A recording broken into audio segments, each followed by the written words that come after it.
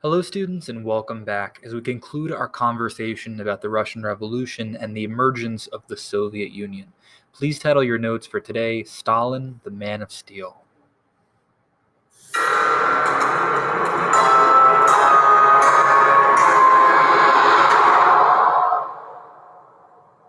The reason that we ultimately begin this chapter on the interwar period in Russia is it really provides a good bridge from the First World War into introducing one of the most notorious totalitarian dictators of the 20th century, who is Joseph Stalin. The name Stalin he gives himself, meaning man of steel, or this person with this incompromisable fortitude, this steely gaze looking at the potential of Russia and attempting to bring it to its next level. You'll find out in today's lesson, as well as our lessons going forward, that his actions will cause more death and destruction than perhaps any other figure in the 20th century. So, this is a young Joseph Stalin at only 23 years old in 1902. He actually began his career as a meteorologist, someone who studied the weather. He worked in an observatory for many years before ultimately becoming a leading figure in the Russian Social Democratic Labor Party.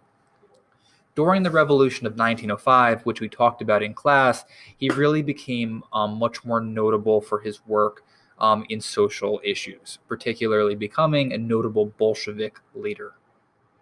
Here you can see a portrait of Stalin pictured next to Vladimir Lenin. He likens himself to be Vladimir Lenin's right-hand man, despite the differences that these men actually had in reality. After Lenin's death and Stalin's attempt to seize power, he manipulates the narrative quite a bit to make it seem as though they were really good friends, when in reality their differences were probably more extreme than their similarities.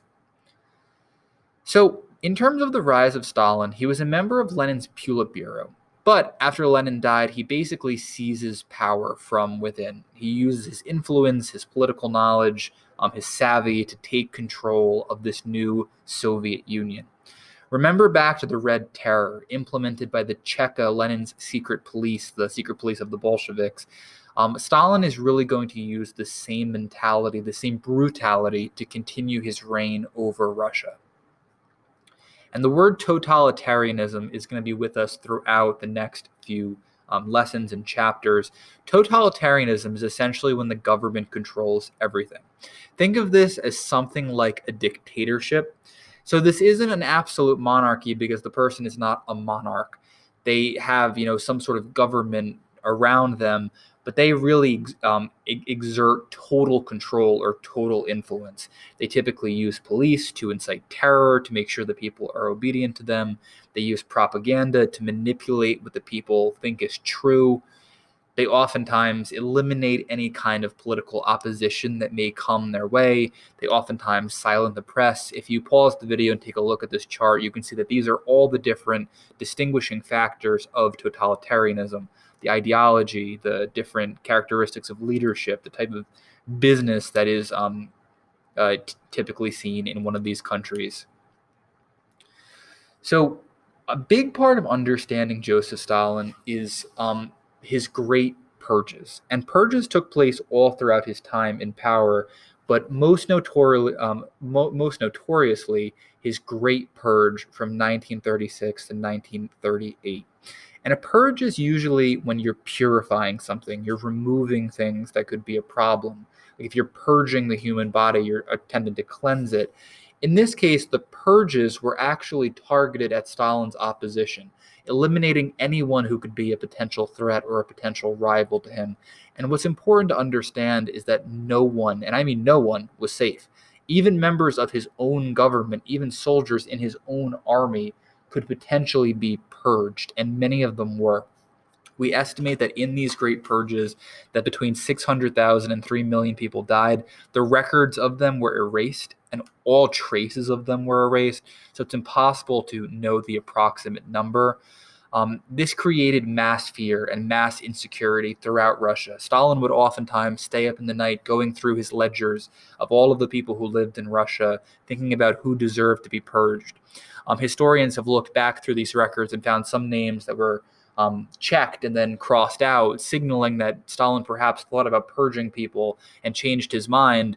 ultimately saving them. But it's incredible to think that so many people could have potentially died with the mere stroke of Stalin's pen. Here you can see the infamous vanishing commissar.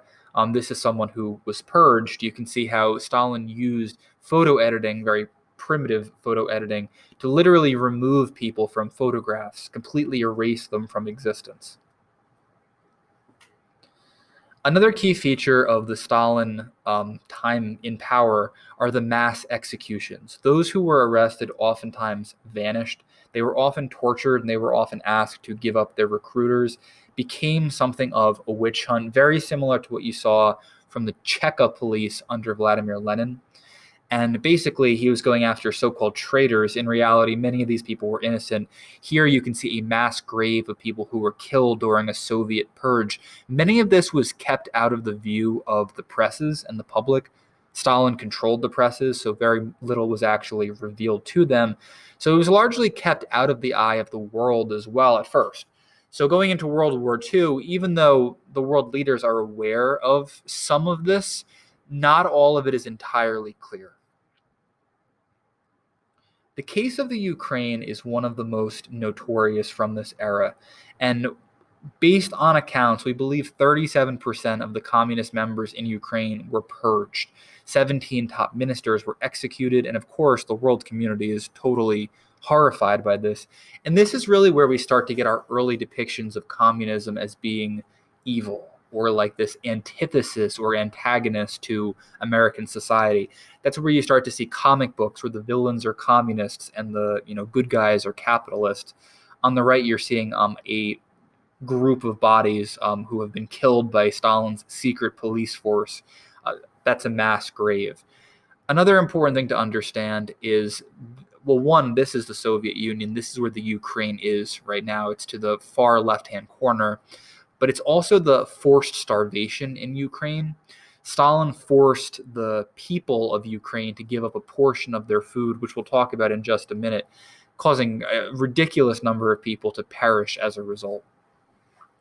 Also of note is the Gulag System, which I'm sure you've probably heard of before, but many of the people who were purged didn't simply die. They were forcibly relocated to one of the hundreds of gulags that were located all throughout the Soviet Union.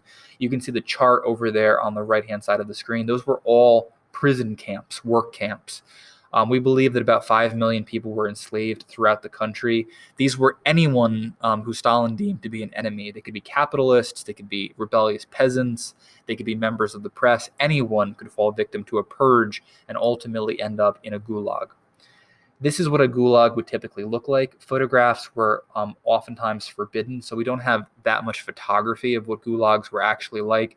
But for most accounts of people who did ultimately escape, they were horrifying. Not reaching your daily quota would oftentimes leave you outside. They would not let you return until you did, and many people, of course, perished. Conditions were terrible, food was terrible, a horrifying living experience. One interesting point of note here, you can actually see a young Nikita Khrushchev, who will, of course, eventually become the Soviet premier in the future, the Secretariat of the Soviet Union in the mid 1950s, 1960s. Here you can see him actually touring a gulag with some other government officials. A key part of communism, particularly in the Soviet Union, and we'll talk about this in China as well, is the idea of collectivization. So think of the root word to collect, but basically the idea is that all property is seized by the government and then redistributed based on need. So, if you're a young male, you would receive less than a woman who has multiple children. That's the concept behind it.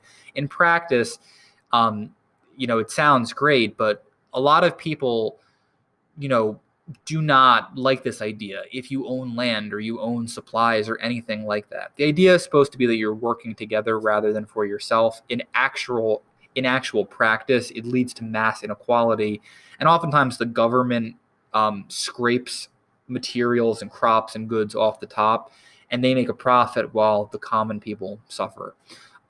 Stalin's GPU, a precursor to the KGB, and basically an extension of the Cheka, were Stalin's secret police, and they killed anyone who resisted. Many people rather burn down their own houses than have their, farm and their goods and stuff taken by the government, and many people did that.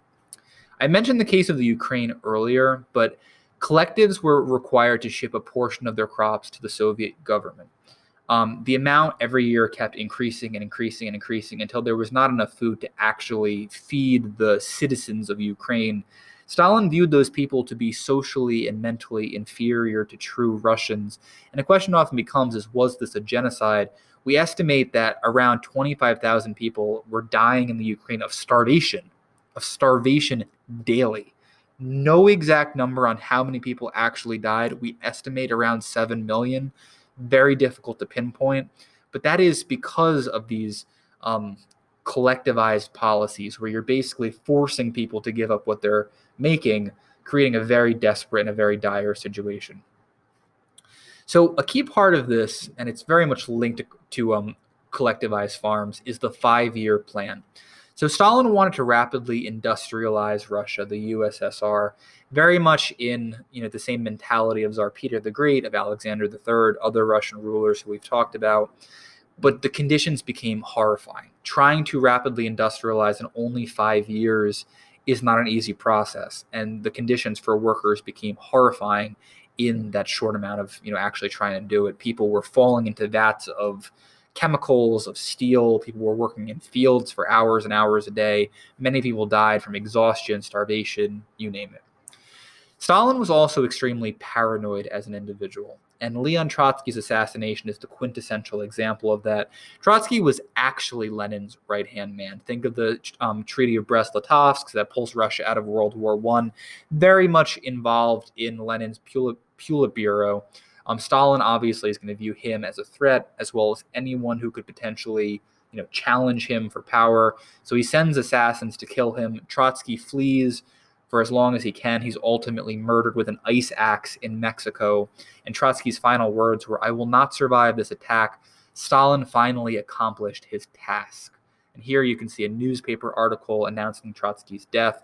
This is Trotsky on his deathbed after sustaining the injury from the axe. And here you can see these are people holding up the axe that was used ultimately to kill him. So last few just very quick notes.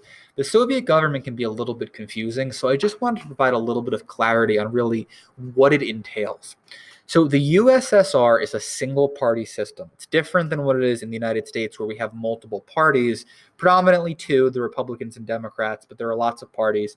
In Soviet Russia, there is one. It is the Communist Party. And the Communist Party exists separately from the actual government.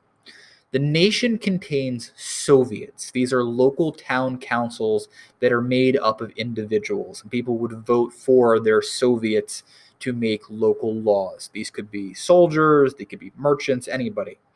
And then these would ultimately report to these higher up councils that were above the Soviets.